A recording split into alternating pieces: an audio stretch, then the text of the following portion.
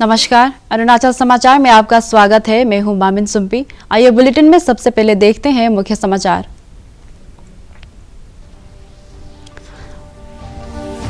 प्रधानमंत्री नरेंद्र मोदी ने Uttar Pradesh global investor summit का किया उद्घाटन। कहा, भारत में स्वस्थ शिक्षा, हरित विकास और सामाजिक बुनियादी ढांचे समेत विभिन्न क्षेत्रों में निवेश के लिए अपार संभावनाएं और ग्रीन प्रोजेक्ट को दी जा रही है प्राथमिकता। तवांग जिले के लुमला विधानसभा क्षेत्र से उपचुनाव में भाजपा उम्मीदवार श्रींग लामू निर्विरोध निर्वाचित। नामांकन पत्र वापस लेने की अवधि समाप्त होने के बाद रिटर्निंग ऑफिसर रिंचिन दोरजीतुंगन ने श्रींग लामू का विजयी घोषित किया और सौंपा चुनाव प्रमाण पत्र। गुवाहाटी में ईस्ट सियांग और धेमाजी जिले के inter state boundary regional committee की बैठक में सीमा विवाद से जुड़े सभी मामलों पर बनी सहमति। बैठक में आसाम के मंत्री जयंत मल्ला बरुआ, विधायक निनोंग इरिंग, ईस्ट सियांग और धेमाजी के जिला उपायुक्त रहे मौजूद।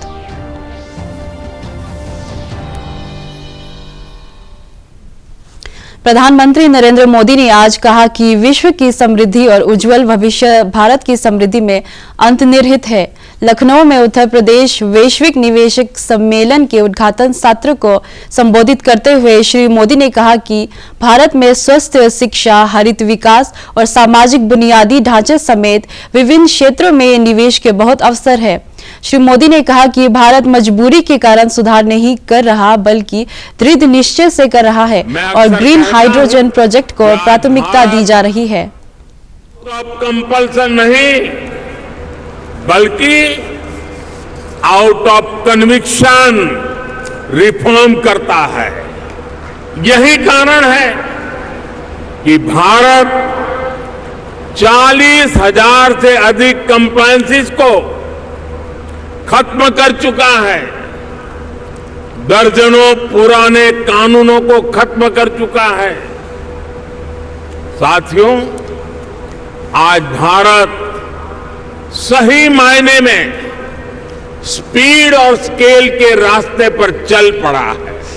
एक बहुत बड़े वर्ग की बेसिक जरूरतों को हमने पूरा कर लिया है, इसलिए वो एक लेवल ऊपर की सोचने लगा है, आगे की सोचने लगा है। ग्रीन ग्रोथ के जिस रास्ते पर भारत चल पड़ा है उसमें तो मैं आपको विशेष रूप से आमंत्रित करता हूं। इस वर्ष के बजट में 35,000 करोड़ रुपए तो हमने सिर्फ एनर्जी ट्रांजिशन के लिए रखे हैं। ये दिखाता है कि हमारा इरादा क्या है। मिशन ग्रीन हाइड्रोजन हमारे इसी इरादे को बुलंद करता है। चुनाव आयोग ने तवांग जिले के लुमला विधानसभा क्षेत्र से उपचुनाव में भारतीय जनता पार्टी की उम्मीदवार श्रींग लामू को निर्विरोध निर्वाचित घोषित किया गया है। आज शाम 3 बजे नामांकन पत्र वापस लेने का समय समाप्त होने के बाद रिटर्निंग ऑफिसर रिंचिन दोरजीतुंगन ने उन्हें विजयी घोषित किया और श्रींग लामू को चुनाव प्रमाण पत्र सौंपा। श्रींग लामू तवांग जिले से निर्वाचित होने वाली पहली महिला विधायक है।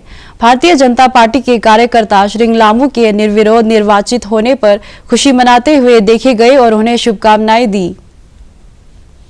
With sub-rule 1 of the Rule 11 of the Conduct of Election Rules 1961, I declare that Srimati Shring Lamu, President of Village Moy, UPS Lumla, District Tawang, Arunachal Pradesh, sponsored by Bharatiya Janata Party, has been duly elected to fill the vacancy caused in the House by the death of late Jamit Ashir.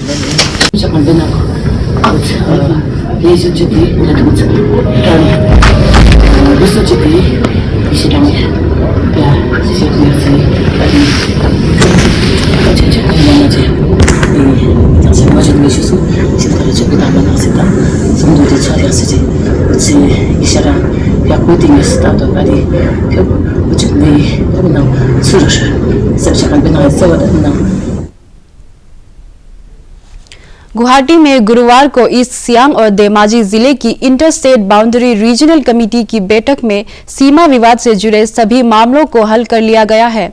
इस बैठक में आसाम के मंत्री जयंत मल्ला बरुआ, विधायक Ninong Ering, east Siang के जिला उपायुक्त ताई तगु, धेमाजी के जिला उपायुक्त AK भट्टाचार्य सहित कई जनप्रतिनिधि और अधिकारी मौजूद थे। बैठक के बाद धेमाजी और ईस्ट सियांग जिले के प्रतिनिधियों ने शांतिपूर्वक तरीके से लंबे समय से चले आ रहे सीमा विवाद के मुद्दे के समाधान पर प्रसन्नता व्यक्त की। अरुणाचल बॉर्डर के लिए मीटिंग हुआ गुवाहाटी में, तो गुवाहाटी में मीटिंग होके हम लोग एग्रीमेंट भी उधर साइन करके ईस्ट सियांग का जो बॉर्डर इश्यू जो है वो कंप्लीट हो गया। और अभी तो फिलहाल हम लोगों का बाउंड्री इश्यू को फाइनल हो गया, तो वो अच्छा होना चाहिए फ्यूचर में भी। और इसमें अच्छा रोल प्ले किया है हमारा AMB के जो मैंने अदीबान मिसिंग, ये सब लोग ने अच्छा किया। और इसके बाद मेरा जो ऑफिसर है ADC Mebo, nodal officer Einstein Koyu, ADC Ruksing Tajing, और उसका बाद राधे तातू और ओयाम सारिंग हमारा ऑफिसर का तरफ से। और अदी मिसिंग बाने के बाद में उसको कमियोशुंग मुजिद पाओ एंड बहुत लोगों ने भी सहायता किया। उसके बाद हम लोग का ऑनरेबल मिनिस्टर आलोलिवांग सर, उसका निनोंग इरिंग सर और लंबोटाइंग सर, उन लोगों ने तो पिवोटल रोल प्ले किया इसको रिजॉल्व करने की। लोकसभा में आज केंद्रीय बजट पर चर्चा शुरू हो गई है। केंद्रीय वित्त मंत्री निर्मला सीतारमण ने कहा कि बजट में इनकम टैक्स स्लैब में किया गया बदलाव मिडिल क्लास के लिए आकर्षक है और उन्हें 7 लाख रुपए तक की आय पर कर नहीं देना पड़ेगा। उन्होंने कहा कि राज्यों को 50 वर्षों के लिए 1,30,000 करोड़ रुपए interest free capital expenditure loan का बजट में प्रावधान किया गया है। No tax for those with income less than 7 lakhs. Tax exemption limit will be 3 lakh under new regime against what was prevailing at 2.5 lakhs earlier. Standard deduction for salaried allowed in new regime as well. Will reduce tax liability. This proposal will reduce tax liability for majority of middle class taxpayers. New regime will be the standard or default. Taxpayers will have to opt for the old regime if she or he wants.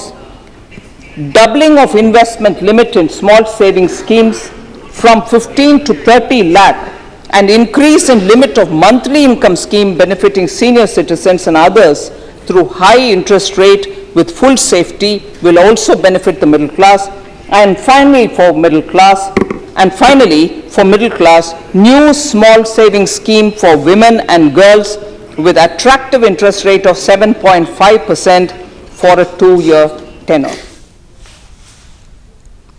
Rajya Sabha में आज प्रश्नकाल के दौरान आसाम गण परिषद के सांसद वीरेंद्र प्रसाद बैश्या और नागालैंड से भाजपा की सांसद एस फंगनोन कोनियाक ने पूर्वोत्तर राज्यों में रेल नेटवर्क के विस्तार को लेकर सवाल पूछा। अपने जवाब में केंद्रीय रेल राज्य मंत्री दर्शना विक्रम जरदोश ने कहा कि स्थानीय भौगोलिक परिस्थितियों को ध्यान में रखकर रेलवे अंडरग्राउंड पुल और रेलवे लाइंस को विस्तार कर रही है। उन्होंने कहा कि पीएम मोदी के नेतृत्व में केंद्र सरकार पूर्वोत्तर के सभी राज्यों में रेल परियोजनाओं को त्वरित गति से पूरा करने के लिए प्रतिबद्ध है। 312 रुपये का खर्च होता है, लेकिन आज तक जो 7 किलोमीटर की गति से काम होता था 2014 से पहले 4.16 किलोमीटर की गति से काम होता था, आज 7 किलोमीटर प्रतिदिन हो चुका है उसकी गति, और ये बढ़कर आने वाले 2022-23 में 12 किलोमीटर की प्रतिदिन हो जाएगी। तो उन्होंने जो सोचा है आज तक की तुलना में 2009 से 14 की तुलना में 190% ज्यादा लाइन का काम शुरू हो चुका है, उसका कमीशन हो चुका है। और जो प्रोजेक्ट के बारे में उन्होंने बताया तो 19 प्रोजेक्ट जो नॉर्थ ईस्ट के हैं, इसमें से 12 प्रोजेक्ट असम राज्य से संबंधित है। जैसे उनकी चिंता है कि उन्होंने आज तक देखा नहीं कि भाई नॉर्थ ईस्ट के तरफ भी कोई देखता है, तो हमारे प्रधानमंत्री जी के नेतृत्व में सारे प्रोजेक्ट चल रहे हैं। मणिपुर, नागालैंड और मिजोरम में भी जो योजना हम लोगों ने शुरू करी है। मैं एक चीज बताना चाहती हूं आपके माध्यम से, जो पहले के समय में रेल लाइन चलती थी, इसके बदले में जो हिली एरिया है इसके अंदर कंस्ट्रक्शन काम करके हम टनल के माध्यम से रेलवे को ले जा रहे। जिस तरह से उत्तराखंड में, जिस तरह से जम्मू कश्मीर में जो उनकी वो सरकार के लिए गेम चेंजर होने वाला है, इसी तरह ये जो 7 सिस्टर्स है वहां जो इंफ्रास्ट्रक्चर के प्रोजेक्ट चल रहे हैं, जहां जो ब्रिजेस है, जो हिली एरिया में काम करना होता है तो बहुत सावधानी से, अच्छे से, गति से हमारा काम चल रहा है। और सबसे बड़ा ब्रिज जो अभी चेनाब का है, इसी तरह का एक ब्रिज वहां भी बनने जा रहा है। तो मैं उनको आश्वासन देती हूं कि उन्होंने जो सब प्रश्न पूछा है, जो प्रोजेक्ट चल रहा है वो सही समय पर पूरा होगा। अरुणाचल प्रदेश में स्वास्थ्य सेवाओं में सुधार के लिए केंद्रीय और स्थानीय संस्थाएं अपना योगदान दे रही है। राज्य के गृह मंत्री बामांग फेलिक्स ने अपने एक ट्वीट में बताया कि निंगते मुरी एमपीसीएस चेयरमैन होरा बागबी ने दापोरिजो में आयोजित एक कार्यक्रम में कुरुंकुमे जिले के लिए एक एम्बुलेंस प्रदान किया।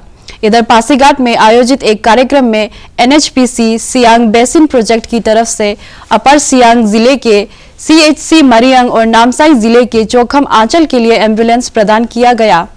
इससे स्थानीय लोगों को हेल्थ केयर के साथ ही इमरजेंसी मेडिकल सर्विसेज में सहायता मिलेगी। राष्ट्रीय परीक्षा एजेंसी एनटीए केंद्रीय विश्वविद्यालयों में स्नातक पाठ्यक्रमों में एडमिशन के लिए combined university entrance test CUET UG 2023 आगामी 21 मई से आयोजित करेगी। परीक्षा के लिए आवेदन पत्र ऑनलाइन जमा करने की प्रक्रिया गुरुवार से शुरू हो गई। आवेदन करने की अंतिम तिथि 12 मार्च है। विश्वविद्यालय अनुदान आयोग के अध्यक्ष प्रोफेसर M जगदेश कुमार ने एक ट्वीट में कहा है कि उम्मीदवारों की संख्या और विश्व विकल्पों के आधार पर परीक्षा कई दिनों में 3 पालियों में आयोजित की जाएगी। प्रोफेसर कुमार ने कहा, उम्मीदवार केवल वेबसाइट पर ऑनलाइन आवेदन कर सकती है। आवेदन में किसी तरह की कठिनाई होने पर उम्मीदवार 01140759000 और 69227700 पर संपर्क करें या CUETUG@nta.ac.in पर ईमेल कर सकते हैं। अरुणाचल प्रदेश के पहले ग्रीन फील्ड एयरपोर्ट दोनी पोलो ईटानगर से कई नए हवाई मार्गों का संचालन किया गया है, जिससे यहां यात्रियों के आवागमन में बढ़ोतरी देखी जा रही है। हवाई अड्डे पर दैनिक यात्रियों की संख्या 280 तक पहुंच गई है। बुधवार को छोड़कर प्रतिदिन 6 उड़ानें दोनी पोलो एयरपोर्ट ईटानगर से संचालित हो रही है। अन्य रीजनल एयरलाइंस ने भी ईटानगर एयरपोर्ट से अपनी सेवाएं शुरू कर दी है। ईटानगर से कोलकाता, गुवाहाटी के अलावा अरुणाचल प्रदेश के कुरुंकुमे, क्रा दादी, लोअर सुबनसिरी, ईस्ट कामेंग, पाके केसांग, कामले के साथ ही आसाम के बिश्वनाथ और लखीमपुर जैसे आसपास के कई जिलों की 20 लाख से अधिक जनसंख्या को एयर कनेक्टिविटी का लाभ मिल रहा है। 2000 वर्ग मीटर क्षेत्र में फैला दोनी पोलो हवाई अड्डा का यात्री टर्मिनल पूरी तरह से वातानुकूलित है और इसके साथ 1500 वर्ग मीटर का कैनोपी भी जुड़ा हुआ है। सोलर एनर्जी के लिए 125 किलोवाट का संयंत्र लगाया जा रहा है, जिसका कार्य अगले महीने पूरा हो जाएगा। उड़ान योजना के अंतर्गत 500 किलोमीटर दूरी की 1 घंटे की यात्रा का किराया लगभग 2500 रुपये निर्धारित है। स्वामित्व योजना के तहत पापुमपारे जिले के लोंगी पुतुंग विलेज में ड्रोन का उपयोग किया जा रहा है। इसकी सहायता से ग्रामीण क्षेत्र में सही तरीके से स्थानीय नागरिकों की जमीनों, घरों और अन्य निर्माण कार्यों का सही निर्धारण किया जा सकेगा और उन्हें अपनी वित्तीय जरूरतें पूरी करने के लिए लोन लेने में आसानी होगी।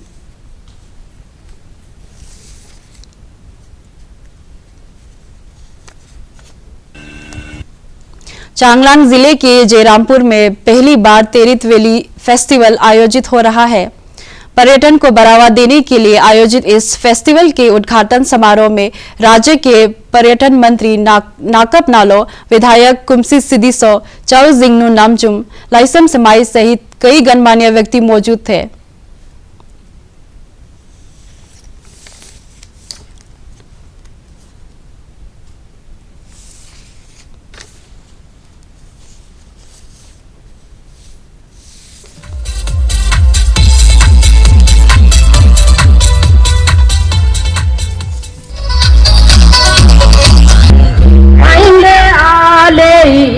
Oh no!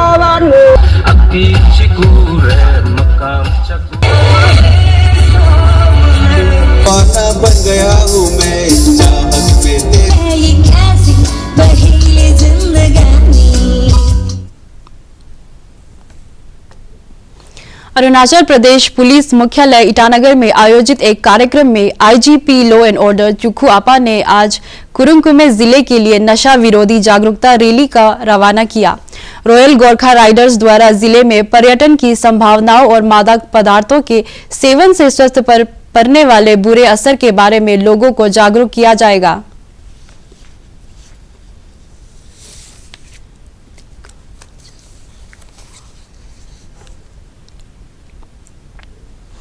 नामसाई जिले के लेकांग अंचल के न्यू मोहांग में रूरल हाट का उद्घाटन नाबार्ड के प्रबंध निदेशक पार्थ साहा ने किया।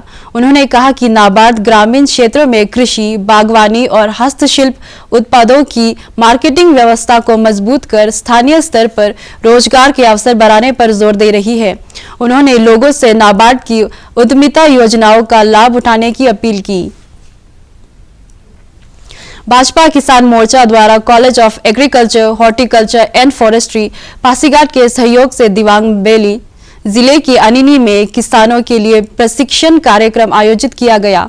इस अवसर पर जिले के किसानों को अच्छी आय के लिए मशरूम, आलू, मिलेट, कीवी, सेब, ग्राउंडनट और अन्य फसलों की जैविक खेती के विषय में प्रशिक्षित किया गया। किसानों को कृषि विज्ञान केंद्रों के विशेषज्ञों से परामर्श लेकर उन्नत बीज और तकनीकी का उपयोग करने का सुझाव दिया गया।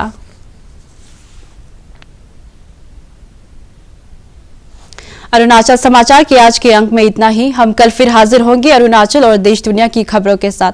चलते चलते आपको बता दें कि आप अरुणाचल समाचार हमारे YouTube channel DD news Arunachal पर भी देख सकते हैं। देखते रहिए अरुण प्रभा। नमस्कार।